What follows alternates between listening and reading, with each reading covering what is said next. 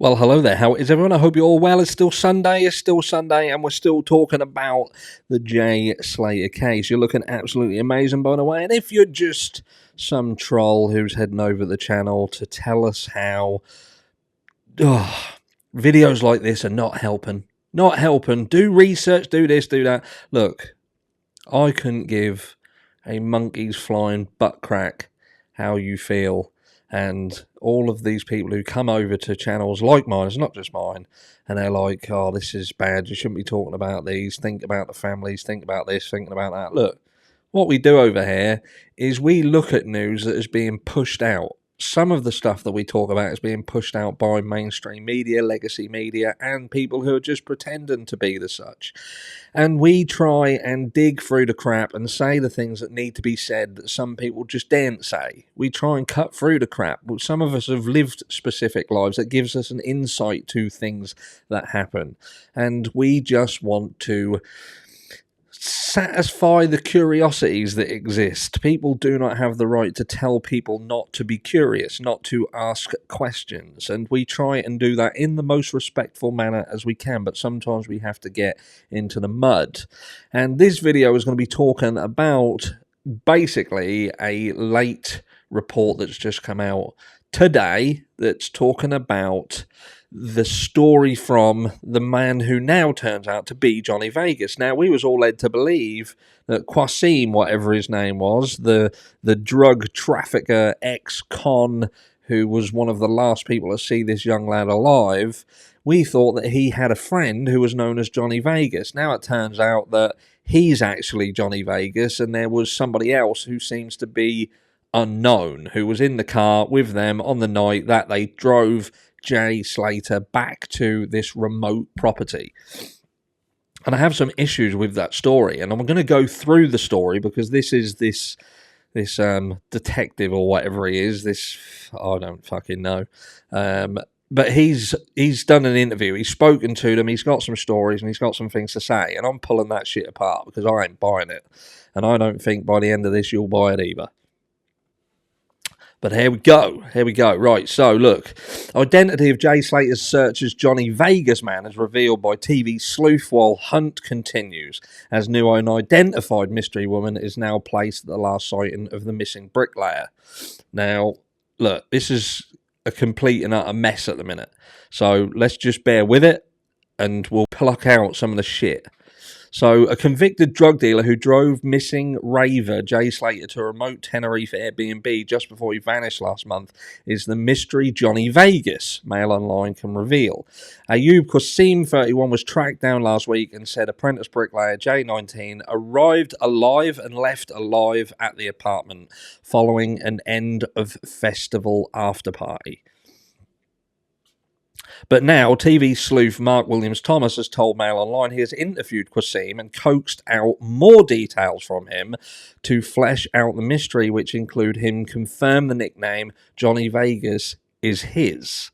So, look, so far we're now saying that Johnnie Vegas and Qassim are one and the same. Oh, Jay has not been seen since June 17th when he left the Airbnb in the village of Masca, an hour from the heady party resort of Playa de las Americas in the south of Tenerife. He was driven away by Qassim and another man who have been deemed irrelevant by Spanish police investigating the disappearance, and which has left Jay's family baffled. Now, it's leaving me baffled because I don't see how Qassim and this mystery man can be deemed as irrelevant in a situation where they are the last people to see this guy alive. Now, we do have the sighting apparently from this lady who's apparently said she saw him, and told him about the bus and what have you, give him instructions of which way to go, then seemed to watch him go off in the opposite direction, which has led to channels. I believe it was Michelle After Dark said that he walked down to the coast, and that's a valid... Fuck off. He definitely wouldn't have walked down to the coast. I'm not buying that shit. But anyway, stick a pin in that for a second. So there's some pictures. This is this rapper guy who I think a lot of people are speculating could have potentially been the person who was with Qassim, this rapper. He's pot of paper. Pot of paper. What a name. Anyway, so a major breakthrough came last week when Mail Online found Qassim at his flat in East London after a comprehensive investigation, and now he has spoken again in depth and revealed new details. And this is going to go into what actually happened that night, and this is where I have a problem, right?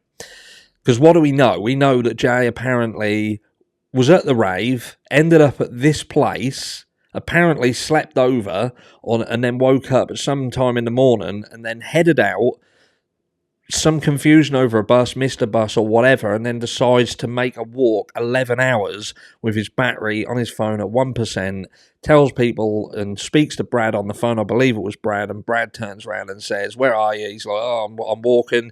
Some confusion sort of discussion over how long it was going to take and his, geolocation data on Google Maps or whatever. Phone goes dead, and that's the last he's seen. Here we go. So it says, former Met police officer Mr. Williams Thomas has exposed Jimmy Savile in the last 24 hours. I've spoken in detail with Ayub Qassim, who is also known as Johnnie Vegas. He told me he was on the Veronica Strip in Playa de las Americas and said that Jay wanted to carry on partying and that he hadn't anywhere to stay.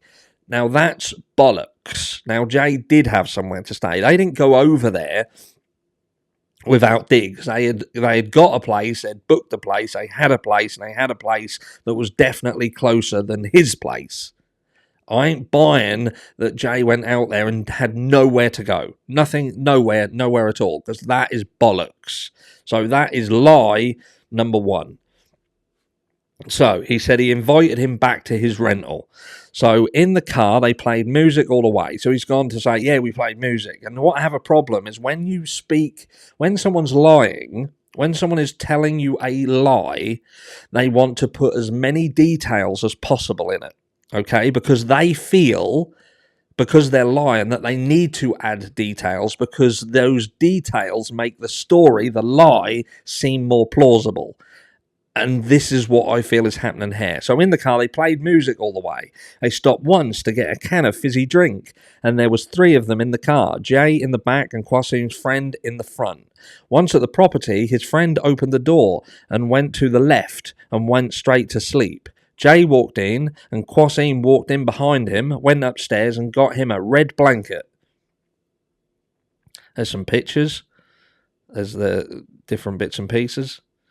Right, Jay then asked for a charger and then went to Qassim's friend's room while he was sleeping and got the charger. So what we're saying is, because this is going to be quite late, think early, so he's gone and got a charger. What, he got a charger and then didn't put his phone on charge. So that's another issue. So he got a charger. Mr. Williams Thomas said that Qassim told him he then went to sleep and woke up to the sound of the door buzzing. He added, Qassim opened the door and spoke to a woman and a man, and they told him to move his car, which he did, and he said he could see Jay chatting to a woman, which is obviously the woman who tells him about the bus or whatever. He said that after moving the car, he came back and saw Jay had his trainers on, and he told Qassim that the woman had said he could get a bus every 10 minutes. Qassim said to him, chill mate, I'll drop you off later when I wake up. He is awake. Weird. Anyway, but Jay said, nah, I need to get some scran. I'm hungry. Scran food. I'm hungry. Jay said he had been told by the woman the bus to Los Cristianos was every 10 minutes, and Qassim said there was no bus and added, do what you like before going to sleep. So the bus situation seems to be a complete and utter fucking nightmare. For some reason, this lad, okay, he'd gone back to this property, but felt the need, he would prefer to walk 11 hours across terrain that he was unfamiliar with a phone that, despite finding a charger, getting a charger, didn't have any charge in it. He's been offered a lift, turns the lift down, and then ends up missing. Don't get it. What can I say? Mr. Williams Thomas added, Qassim says the next thing he remembers is getting a call from one of Jay's friends to say he is lying in a ditch somewhere and that he's been bitten by a cactus. Qassim would not tell Mr. Williams Thomas the identity of the second man who was with him and refused to discuss an alleged theft of a Rolex, which might have contributed to Jay's disappearance. It seems a little bit strange that they want to, withhold the identity of someone that just potentially may be this rapper who could have potentially been the owner of this watch, if we're talking about a watch. I get it, some people think we might not be, but look, what I'm saying is, they don't want to talk about it. He could have just turned around and said, I don't fucking know what you're talking about, mate, to be fair. I don't know anything. My mate's Dave, and what's Dave got to do with it? Why is he hiding this other person? So it says, last week, TV detective who was probed a string of missing persons cases also said Jay from Oswald Whistle, Lancashire, had been anxious and scared when he left the property. Why was he anxious and scared? Again, I go back to the original question. If he's gone to this property, he's left and he don't want to lift, he's trying to get away from there. This bloke saying he had a charger, but he seemingly didn't have a charger. How are they not connected to something? How have they been deemed to be irrelevant? This points towards corruption. It points towards corruption. I'm not saying it is, but it fucking looks like it. Qassim, who has spoken to Spanish police, was jailed in 2015 for 9 years for being the ringleader of a London-based gang dealing heroin and crack cocaine in Cardiff. He is also closely connected to a legal cannabis cafe in Tenerife owned by his childhood pal, drill rapper Popper Paper, which... Again, I can't help but think if these people are... Look, you tell me, Spanish police turning around saying they're irrelevant. You've got a guy who is a business in there and involved in the narcotics world, and they're the last people to see this boy alive. People need to start opening their fucking eyes. Need to open their eyes. Initially, it was thought Johnnie Vegas was the nickname of the second man who was at the Airbnb, but this has been ruled out by Mr. Williams Thomas' new interview. However, Qassim's story is still far from clear, as Jay's apartment was just 10 minutes from Papago's nightclub where the after party was being held. So again, it's bollocks. On Saturday, Jay's uncle Glenn Duncan, 41, searched the area for several hours with Jay's dad Warren, 58, and his brother Zach, 24. But that's where we are with it. Do you know what I mean? Let me know what you think, because I'm saying straight up that people are lying, and it's quite possible that there are authorities involved in this who are hiding the truth. That's how it looks. Can't get my head around it. This story, this version of events, seems like complete and utter bollocks to me. Utter bollocks. Let me know down below what you think, and catch me on the live later and we'll have a proper chat. Catch you then.